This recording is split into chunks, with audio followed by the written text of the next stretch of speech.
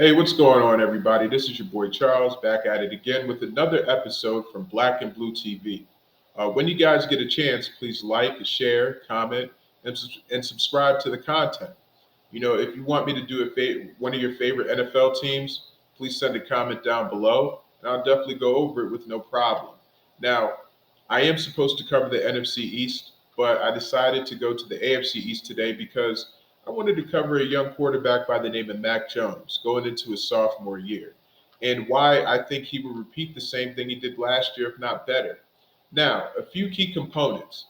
The Patriots last year had the eighth most rushing attempts and finished eighth in rushing. Why is this important? This is important because when you have a top 10 running game in the NFL, the sky is the limit for you. Now, when we go into Mac Jones, he has a young receiving core, such as Kendrick Bourne, Jacoby Myers, and Hunter Henry.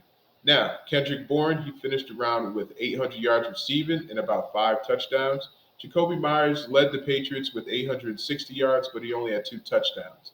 I expect Jacoby Myers to have more touchdowns simply because he was targeted last year about 120 times. So I think those were situational targets. They weren't more towards the red zone. That's where Hunter Henry comes in. But I think Jacoby Myers is a pretty explosive receiver. Is he the most explosive? No. But I think he could get the job done, especially in that Patriot system. Also, they would get contributions from Nelson Aguilar, former Eagle, who I think has finally found a home in New England. Now, I think under Belichick, he will get those drops reduced and be more of a dynamic receiver like he could have been in Philadelphia. Also, too, here's another question I wanted to ask you guys. Do you think that Mac Jones is playing in TB12's footsteps? I'll give you my answer. The answer is no. This is a new era. This is a new Belichickian era. Pretty much Bill Belichick is a mastermind behind this whole team. And I got to give Bill Belichick credit too because it seems like he made the transition for Mac Jones, fairly easy. Guy comes in, starts, wins Rookie of the Year, has a good running game, has a good defense. To me, that's the same formula for success, or it was the same formula of success for Tom Brady. Because what did Tom Brady have? Tom Brady had a decent running game. He also had decent receivers. I mean, actually, really good receivers in Brock and Julian Edelman, Amendolas, and so forth. Even we can go back to Troy Brown if you want to. But he also had a great defense as well. He had many great defenses over the years, which can attribute to his Super Bowl success. I think that's the reason why he has six rings. Other than the one in Tampa Bay, I really don't count that because it was just a great situation. Come on, Bruce Arians, that Tampa Bay defense and that loaded offense. I mean, come on. But anyways, let me not get off track. Um, One of the things that I wanted to talk about, was the running game. Now, Damian Harris, he had about 929 yards last year, but he had 15 touchdowns. That's pretty good in the NFL considering that they're trying to phase out the running back. Because even when you look at the rushing leaders, it's a huge drop from 1 through 10.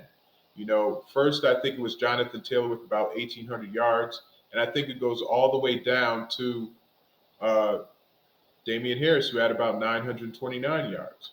Also, to a very good contributing back is Ramondre Stevenson with about 600 yards and also five touchdowns. So right there, you already have 1,500 yards rushing and about 20 touchdowns. That's a great formula for success, especially in the NFL, preferably in the AFC East. Now, with the new Belichick era, Belichick definitely revamped the offense and I think made it pretty easy for Mac Jones to be successful, considering the fact that he does have a young receiving core. Now, with the young receiving core and young quarterback, the quarterback and the receiving core can actually grow together and do great things. That's why you see in the draft a lot of these teams that are drafting young quarterbacks along with young receivers. A la in Cincinnati, Joe Burrow. Who did they draft the very next year? Jamar Chase. Who is Jamar Chase? Joe Burrow's former teammate at LSU. Why do you think those guys had such a great year? Why do you think those guys were so effective in getting to the Super Bowl? When I look at these things and I look at these trends, I kind of see why how these quarterbacks are, pretty much, tailor made for the particular position in the NFL. Because I don't think they dumb down the offense. I think they bring in contributing players that those quarterbacks had success with. You know, um, But all in all, Mac Jones, I think he's going to have another great year, his sophomore season. And here's my prediction: I think the Patriots will win the AFC East.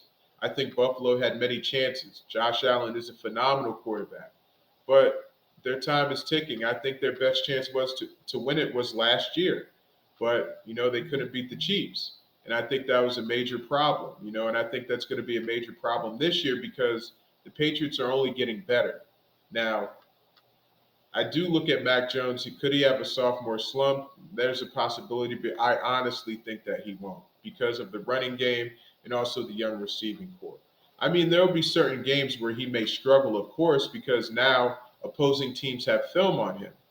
But that doesn't mean in totality he's going to have a terrible season. But anyways, guys, that's my video for today. Remember, please like, share, comment, and subscribe to the content. This is your boy Charles for Black and Blue TV, and I'm out.